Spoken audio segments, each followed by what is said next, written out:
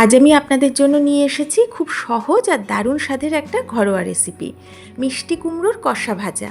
মশলা দিয়ে ভালো করে কষিয়ে এই রান্নাটা আমি এমনভাবে করব যাতে এর স্বাদ কিন্তু মুখে লেগে থাকবে। ভাতের সঙ্গে একবার খেলে বারবার খেতে ইচ্ছা করবে এই নিরামিষ রেসিপি।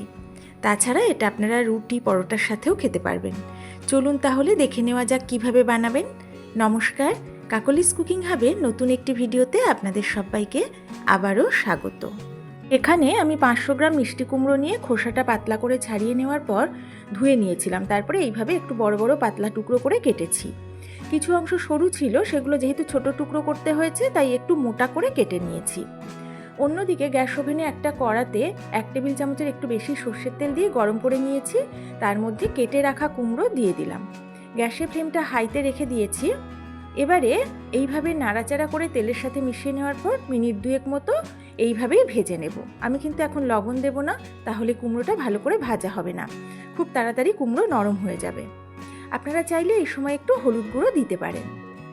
এইভাবেই আমি 2 মিনিট মতো এটাকে ভেজে নেওয়ার পর গ্যাসের ফ্লেমটা এখন একদম লো করে দেব। তারপরে ঢাকা দিয়ে ঠিক 1 মিনিট ভেজে নেব। এই সময় খুব বেশিক্ষণ ঢাকা দিয়ে ভাজার দরকার নেই, কারণ ভাজতে ভাজতে কুমড়ো যদি পুরোপুরি সেদ্ধ হয়ে যায় তাহলে কিন্তু পরে রান্না করতে অসুবিধা হবে। মিনিট খানেক পরেই আমি ঢাকাটা তুলে নিয়েছি, নিয়ে আবারও গ্যাসের ফ্লেমটা হাই করে দিয়ে কিছুক্ষণ এইভাবে নাড়াচাড়া করে নিচ্ছি। কুমড়োগুলো মোটামুটি আমার ভাজা হয়ে গেছে। এখন আমি তেলটা ঝরিয়ে একটা প্লেটে তুলে নিচ্ছি। কুমড়ো ভেজে তুলে নেওয়ার পর কড়াতে কিন্তু খুব বেশি তেল ছিল না। আমি 1 টেবিল চামচ মতো সর্ষের তেল আরও অ্যাড করেছি। তেলটা গরম হয়ে যাওয়ার পরে ফোড়নে দিলাম 1/2 চামচ কালো জিরে আর একটা ছোট শুকনো লঙ্কা। ফোড়নটা একটু নাড়াচাড়া করে নেওয়ার পর লো ফ্লেমে ঢাকা দিয়ে 10 থেকে 15 সেকেন্ড ভেজে নেব। ফোড়নটা ভালো করে ভাজার পরে আমি এর মধ্যে একটু জল দিয়ে দিলাম, কারণ এখন আমি কিছু মশলা এর মধ্যে অ্যাড করব। প্রথমে আমি দিচ্ছি 1 চা চামচ পরিমাণ ধনে গুঁড়ো। এবারে দেব 1/2 চামচেরও কম জিরে বাটা, দিচ্ছি 1/2 চামচেরও কম আদা বাটা। এবার দেব 1/4 চা চামচ পরিমাণ কাঁচা লঙ্কা বাটা। মশলাগুলো কিন্তু অল্প অল্প করেই দেবেন, অতিরিক্ত মশলার দরকার নেই। এবারে দেব 1/4 চামচেরও কম হলুদ গুঁড়ো, আর কালারের জন্য দেব 1/4 চামচ কাশ্মীরি লঙ্কার গুঁড়ো। আর দিয়ে দিচ্ছি 1/2 চামচ মতো লবণ। লবণটা এখন অল্প দিলাম, পরে লাগলে চেক করে আবার দেব। সমস্ত রকম মশলা জলের সাথে ভালো করে নেড়ে মিশিয়ে নিচ্ছি। এটা ভালোভাবে মিশিয়ে নেওয়ার পর লো ফ্লেমে ঢাকা দিয়ে মশলাটা ভালো করে কষাবো, যাতে মশলার কাঁচা গন্ধটা একদম চলে যায়।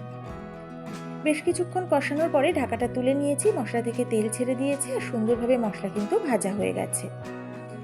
এখন আমি এর মধ্যে ভেজে রাখা মিষ্টি কুমড়ো দিয়ে দিচ্ছি। এটা দেওয়ার পরে ভালো করে নাড়াচাড়া করে মশলার সাথে কুমড়োটা মিশিয়ে নেব। যেহেতু কুমড়ো এখনো বেশ শক্ত আছে, তাই এইভাবে নাড়াচাড়া করতে কিন্তু কোনো রকম অসুবিধা হবে না। এটা ভালো করে আমি মিশিয়ে নিলাম। বেশ 2 মিনিট মতো আমি এখানে নাড়াচাড়া করে নিয়েছি। এখন আমি লো ফ্লেমে ঢাকা দিয়ে মিনিট খানেক রান্না করব, যাতে মশলার সাথে কুমড়োটা একটু মজে যায়। এবারে আমি একটা স্পেশাল মশলা বানাবো।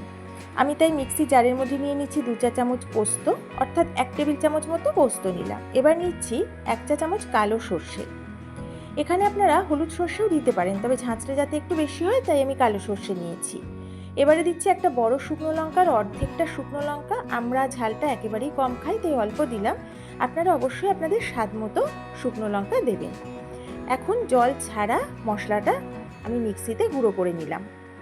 একদম মিহি করে আমি মশলাটা গুঁড়ো করেছি। দেখুন, দেখিয়ে দিই।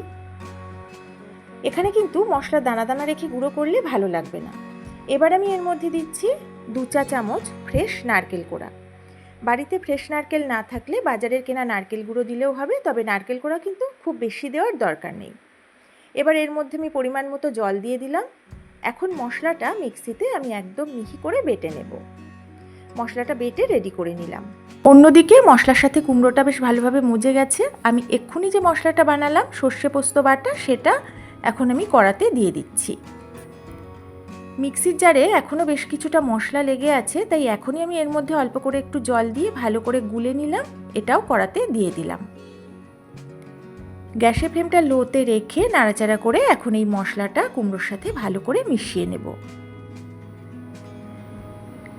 প্রায় মিনিট খানেক আমি এইভাবে নাড়াচাড়া করে নিচ্ছি। এটা ভালোভাবে মেশানো হয়ে গেলে লো ফ্লেমে রেখে ঢাকা দিয়ে আমি 2 মিনিট মতো কষিয়ে নেব, যাতে মশলার কাঁচা গন্ধটাও চলে যাবে। মিনিট 2 পরে আমি ঢাকাটা তুলে নিয়েছি, বেশ শুকিয়ে গেছে আর বেশ একটু তেল ছাড়া ছাড়া হয়েছে, সুন্দর মিষ্টি একটা গন্ধ বেরোচ্ছে। এখন আমি এর মধ্যে দিয়ে দেব জল। মিক্সির জারটা ধুয়েই আমি আরও কিছুটা জল এর মধ্যে দিলাম। খুব বেশি জল কিন্তু এখানে লাগবে না, কারণ এটা কিন্তু একদম শুকনো শুকনো হবে। তবে কুমড়োটা এখনও সেদ্ধ হয়নি, এটা সেদ্ধ করতে হবে, সেই বুঝে আমি এখানে জলটা দিয়েছি। অতিরিক্ত জল দিলে কিন্তু কুমড়ো একেবারে গলে যাবে। আমি ভালো করে নাড়িয়ে জলের সাথে সব কিছু মিশিয়ে নিচ্ছি। তারপরে এটা হাই ফ্লেমে রেখে ফুটে উঠলে লো ফ্লেমে ঢাকা দিয়ে 2 মিনিট রান্না করে নেব। মিনিট 2 পরে ঢাকাটা তুলে নিয়ে আমি এবারে একটু দেখে নেব যে কুমড়ো সেদ্ধ হয়েছে কিনা। কুমড়োটা কিন্তু সুন্দরভাবে সেদ্ধ হয়ে গেছে। এখন এর মধ্যে বেশ একটু জল ভাব আছে, তাই গ্যাসের ফ্লেমটা হাইতে করে ঢাকা না দিয়ে বেশ কিছুক্ষণ ফুটিয়ে জলটা শুকিয়ে নেব। এখন আমি এর মধ্যে দিয়ে দিচ্ছি স্বাদ মতো চিনি। লবণ মিষ্টি ঝাল সবটাই কিন্তু আপনারা আপনাদের স্বাদ মতো দেবেন। আমি মাঝে কিন্তু একটু লবণও অ্যাড করেছিলাম। চিনিটা দিয়ে নাড়িয়ে মিশিয়ে নিচ্ছি। এটা ফুটে বেশ শুকিয়ে গেছে, মশলাটা বেশ কুমড়োর গায়ে মাখো মাখো হয়ে গেছে। এই রান্নাটা কিন্তু এরকমই শুকনো শুকনো করতে হবে। আমি একটু নাড়াচাড়া করে নিলাম। এবারে আমি এর মধ্যে দিয়ে দিচ্ছি একটা কাঁচা লঙ্কা, দিচ্ছি হাফ চামচেরও কম কাঁচা সর্ষের তেল, খুব অল্প তেল দিলেই হবে। আর উপর থেকে খুব অল্প পরিমাণ নারকেল কোড়া ছড়িয়ে দিচ্ছি। এখানে কিন্তু আপনারা একদম মিহি করে কুচানো নারকেলও দিতে পারেন। এবারে আমি আর নাড়াচাড়া করব না, গ্যাসের ফ্লেম অফ করে ঢাকা দিয়ে রেখে দেব। এইভাবেই খুব সহজে তৈরি হয়ে গেল আমাদের আজকের মিষ্টি কুমড়োর কষা ভাজা রেসিপি। গরম ভাতের সঙ্গে একবার অবশ্যই খেয়ে দেখবেন, আশা করি সবারই খুব ভালো লাগবে। রেসিপিটা ভালো লাগলে ভিডিওটিতে একটা লাইক করবেন, আপনাদের প্রিয়জনদের সঙ্গে শেয়ার করবেন এবং এমন আরও নতুন নতুন রেসিপি পেতে চ্যানেলটি সাবস্ক্রাইব করে আমার পাশে থাকবেন। আজকের মতো এখানেই শেষ করছি। সবাই ভালো থাকবেন, সুস্থ থাকবেন।